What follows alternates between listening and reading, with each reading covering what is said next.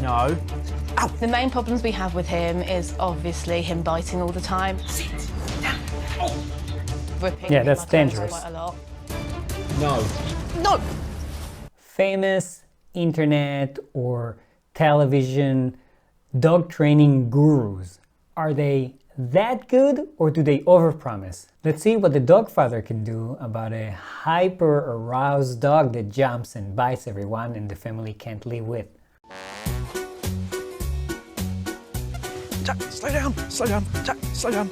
Yeah, that's not a good start. The dog is pulling the owner and the owner doesn't really know what to do. He keeps giving the dog a cue or a command and the dog doesn't really follow it. I don't know if it's because the dog doesn't understand it or because it's not doing it the right way. Also, that specific type of harness that he's using, the one that has the attachment on the back, is probably the worst one you can use for a dog that's pulling, especially if you don't know what you're doing. When we originally got a dog, I mean, I was hoping for it to be able to help me get out a lot more, because I suffer from anxiety. No, whoa. But I don't think he's overly helped with my anxiety. If anything, it's not really made things better. That's because Jack is out of control. Science actually shows us that having a dog can help with anxiety, can help with your immune system and with many other things. It's good for the kids, it's good for the family, as long as nobody is like specifically allergic and the dog is not aggressive. Having said that, not all dogs are the same. Not all dogs can help you deal with your anxiety, or not all dogs will be great dogs to be outside and exercise you more and make you go on walks. Not all dogs can be emotional support dogs. And also, when you're getting a dog, you need to understand a little bit about the breed, because that might indicate what kind of behavior the dog might be showing. It's not something that's true all across the spectrum of the breed, right? I mean, even a beagle can be very energetic, but can be a couch potato. Having said that, most of those dogs, most of the beagles are considered a very active dog. No. No! Off! Jack, no. Ow! The main problems we have with him is obviously him biting all the time. Sit down. Oh. Ripping Yeah, that's my toes dangerous. quite a lot. No. No! As far as I can see, these are all playful behaviors, but you know, I wasn't actually there. I don't have any history or anything like that. But I think it's playful behavior. Many times that means that the owners are kind of like reinforcing those behaviors unknowingly. And yes, that can be dangerous. Sit. Digital developer David and hairdresser Cheryl wanted Jack to be the perfect family dog to their 4 children. Perfect. If they have children, they know that there's no such thing as perfect. Even the best kids will act up. So when you're getting a dog, you need to be aware that it's going to be complicated. Generally speaking, because every dog might become aggressive or might not interact well with kids, especially with young kids, and we also have statistics for that, you need to kind of like get ready for having a dog. For example, I never recommend having the dog stay with the kids unsupervised. And it's not because of the dog, it's because of the kids. Now, especially if you have 4 kids, it's a lot harder because let's say it's just you or just the parents over there. Like, so it's 2 adults on 4 kids, and one of the kids or 2 of the kids need to go to the toilet or need to go somewhere and you need to go with them. So what do you do now? Now you have the dog that's left with the other 2 kids with no supervision. And that's when things go downhill. When I was younger, I grew up with a dog in the family. It was like having a best friend that was always in the house. No! And I wanted that for my children as well. But Jack's behaviour is so bad that he's been barred from family life. Yeah, it's always hard when you compare one dog to another dog, especially if you didn't have a lot of experience with many dogs and you don't know that they can have personalities that are so different. As far as barring the dog from being with the family, well, that's actually the first thing that you need to do. You need to avoid those triggers. You need to avoid those situations that put the dog or the family at risk. But it's only the first step. I have to literally keep the kids in a different room from the dog all the time because I'm really worried he's gonna like really hurt one of them. Get down! Ow! No, you're not destroying that even more. No. We'd love nothing more than to be able to have Jack in here with us as one of the family, just chilling out in the living room, just to be around us, really, and not have to worry. So you always need to worry a little bit, even if it's the best dog in the world, because again, it's not just the dog, it's the kids. And again, looking at this very edited video, I can tell you that it does seem like a lot of things that the owners are doing are making the behavior even worse. They're kind of like attention-seeking behaviors that they are accidentally reinforcing. That means that the dog actually learns that by doing all of those naughty things, he's going to get more attention. Jack's running rings around the couple, and because of all the anxiety, they've made a decision. If it is impossible for us to train him, to improve him of how he is and his behaviour around the kids, there we go. I'd like to see him go to a home where someone can train him better. That can be a great thing if you can't handle this dog. If this is not the right dog for you and the family, you're suffering and the dog is suffering. But if you find a good family that can actually train this dog and it's a lot safer for this dog to be with and for the family, then why not? It doesn't mean that you did something wrong.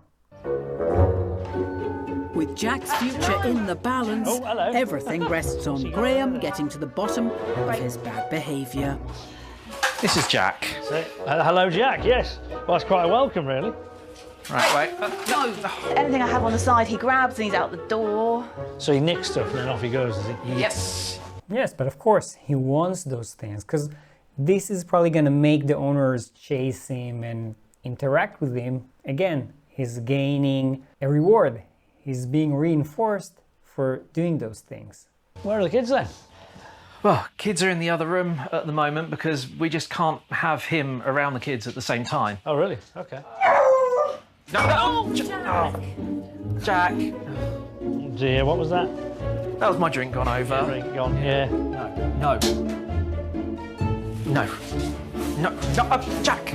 No, come back. He's saying no Jack. and letting him grab it from his hand. So for the next however long it will take, will essentially be just us chasing around the garden trying to get it off him. He just likes taunting me. He does, doesn't he? Yeah. He knows? Yeah, I mean, he knows that you're going to chase him, so it's exactly what I said. The owner's behavior is probably what's making it worse. It's rewarding this bad behavior, but he's not taunting you on purpose. He just wants to interact. But you need to set up the dog for success. So if you're leaving the dog with things around that you know that he's probably going to chase and grab, then what are you expecting? That he's all of a sudden going to ignore those things? No. It might be because it's a TV show or something like that. So again, they're trying to make things much more sensational. But taking the towel and seeing that the dog is trying to grab it and then actually putting your hand lower so the dog is able to grab it, you're doing just the opposite. You're allowing the behavior. But I feel like they did it on purpose. So that's not working. So what's plan B then? Get some sort of snack food, ham, cheese, try and bribe him essentially. Look. He's not daft, is he? Got it. Look. No. Come on, off. Do you want the ham instead? Look. There we go. Right. Ow. Oh. Ouch. Oh. No. Did he nip you then? Yeah. The technique itself, it's not wrong. It's not a bad idea. The way that he's implementing it, yeah, that's all over the place. There are plenty of videos showing how to appropriately do it, but yes, you do wanna trade something with the dog to make it easier for you to grab it, especially if it's something dangerous that if the dog bites or ingests, it can harm him. He did. So he's pretty hyper now. What are you going to do now? The only thing we can do, really. He's back in his pen. Right, OK. Come on, back.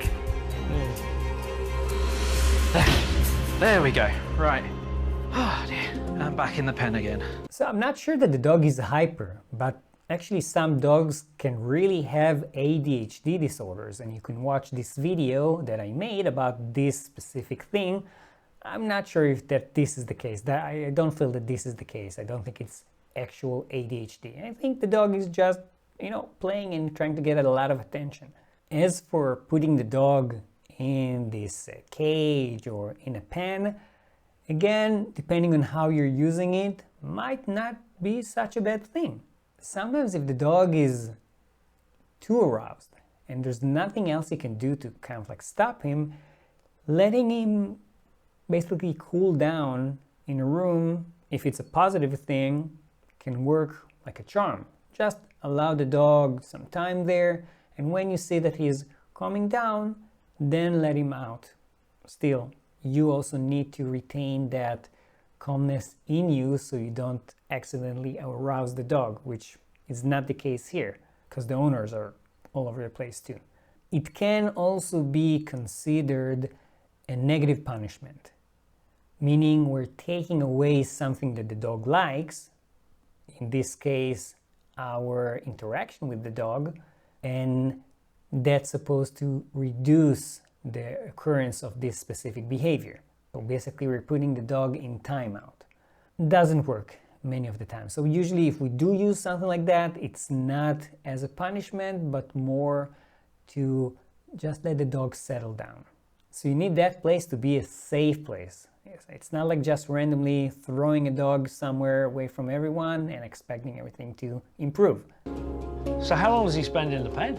Usually, he ends up having to stay in there. Does he? Purely because we just can't control him. So where are you at the moment? We knew a dog was going to be a big responsibility, but we never imagined anything on this scale. So it may be that it comes to rehoming. So again, I'm not against rehoming the dog. It might actually be a lot easier for everyone, the dog and the owners. As for having the dog in the pen for a very long time, that is actually counterproductive, because what it might cause is actually a rebound behavior. The dog gets out of the pen and now is even more energetic, and because he's more energetic, of course he wants to interact even more. So this is the family. Hey, hello kids, you all right? So, has Jack always been like this then? No, when we first got him, he was in here and he was all cuddly and he'd be nice to be around. Yeah. But now he bites you, pulls your hair like... Arthur, does he pull your hair? No. No, why is that? Short hair. So if you've got long hair, you're in trouble. Yeah. They don't really say how old the dog is and when that behavior actually happens. And again, that's really, really, really important. For example, a sudden change in behavior might actually indicate a medical issue that was causing it. Also, depending on the dog's age, when did that behavior started happening? When the dog was a teenager in dog years, when the dog was younger, older. Those details can actually help us a lot understanding what's the cause for these unwanted behaviors. So when was the last time that Jack was able to be in the living room with the whole family? Probably the last time was when he was about a couple of months old. Really? So a long time ago. Yeah. And that's really sad. If it's been so long, it means that they're definitely not doing something the right way. And just so you know, I'm not judging them. I'm not judging the family. I mean, even if it is their fault in a way, having 4 kids, young kids, and a dog that needs a lot of attention and has a lot of energy might not be the right fit. I get why David and Cheryl don't want to let Jack loose around the kids, but the problem is that this is never going to improve. Jack's never going to learn how to behave if he's just locked up all the time. Now, I think the truth is he is a live wire, but from what I've seen, he's not the only one to blame. He thinks it's a big game. You turn it into a big game, right? Because you're flailing your arms about, mate. very quick moving, so it's just spiralling up out of control, isn't it? He just steals stuff, give him the runaround, get rewarded with ham. So the irony of it is that actually when you could be rewarding him, when he's calm, and there are precious few moments of that, nobody's actually going, yeah, I completely agree with that. You know? And that's exactly what we want to do. We want to reward the calm behavior, the appropriate behavior. Again, we want to have the dog succeed. We want the dog to know what we want from him. So his whole life, a year so far, has been based around, I do things that are fun to me, you know, jumping, biting, giving them a run around, all those things. It's great. They play my game, so this is what I do. Mm-hmm. Yeah. But we can turn it around. Good. I've got a thing in mind, so I think we can start a bit of training. Brilliant. Yeah, they can turn it around, but there are no magic solutions. It's going to take a lot of time. It's going to involve the entire family, and because they do have very young kids that might not be very good with the dog and by accident might continue to reinforce the bad behaviors, again, it's tricky, but possible.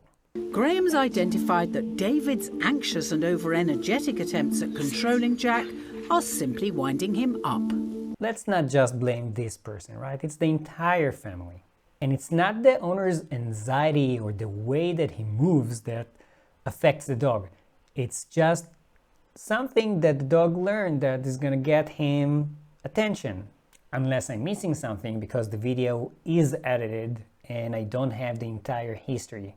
Because with David in particular, he's quite active, he moves around quite a lot. I can see why, but that needs to stop. To reunite Jack with the family, Graeme wants him to have supervised visits with the kids, where David and Cheryl need to set an example. We're not going to get overexcited ourselves, because he might get excited, but we don't have to. Somebody's got to be the parent here and step up. And we're not going to be waving our arms around. As well as remaining calm, like all good parents, they must be firm but fair. And there's a simple command to let Jack know when he's out of line and praise when he's good. But we are going to say to him nice and clearly, stop it, and just wait for him to come down. And then once he finally comes down, good lad, that's fine. So basically now they're expecting the dog to know what the meaning of stop it is. No, you first need to teach him what stop it means. The thing is that might actually involve punishment, which sadly, if it's not done the right way, can only make things even worse. So for that part, I completely disagree with him. As for rewarding the calm behavior, yeah, that's exactly what they should do. And also ignoring the unwanted behaviors so they don't accidentally reinforce those things. Graeme believes David needs the most guidance, but will his theory work in practice? Jack, come on. Great.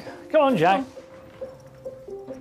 If he does something we don't like, it'll be stop it, but in a sort of assertive kind of way, you know? Right. Jack, stop it. Good boy, hello. Let's see what he's doing here. Stop it. Good boy. I'm confused. If you understand better than I do, maybe write down in the comments, what exactly did he stop by saying stop it? Did the dog even listen to that cue? Because to me it didn't look like it. And also, what exactly did he reward? Because it still seemed like the dog was doing whatever he wanted and wasn't really calmed down when he rewarded him for that behavior. So if I'm confused, I'm not so sure if the dog actually understood what they want him to do or not to do. The cues, the signals that we use need to be very, very, very accurate and specific. They need to be really clear. Good lad. It's all right, stay there. Good boy. As long as he's being nice, I'm doing this nice, lightweight, calm, good boy, huh? All right, then every now and again, stop it. Good boy. Yeah? I'm not sure what he just stopped. He stopped the dog from quietly looking out of the window. He stopped the dog from jumping on the couch. Also, if you notice that when he sat down next to the dog and was petting him, the dog was kind of like crouching down and actually seemed like he's in stress, that he's afraid. And why wouldn't he? He has this stranger in the house telling him what to do. Didn't even move from his seat, yeah? By being calm and using an assertive command, Jack's listening for once. Good boy. There you go, he's lying down. Yes to being calm, fine with being assertive, although it's not mandatory. And finally, they're actually rewarding his calm behavior. They're saying good boy when he's actually laying down and not being all over the place. One of the big differences is that when he has calmed down, he's been getting that reassurance from us. I don't think I've ever seen him this calm in here. You know, we've got a way to go yet. We've got Yeah. to get Cheryl in, and then we've got to get our kids in, but this is really encouraging.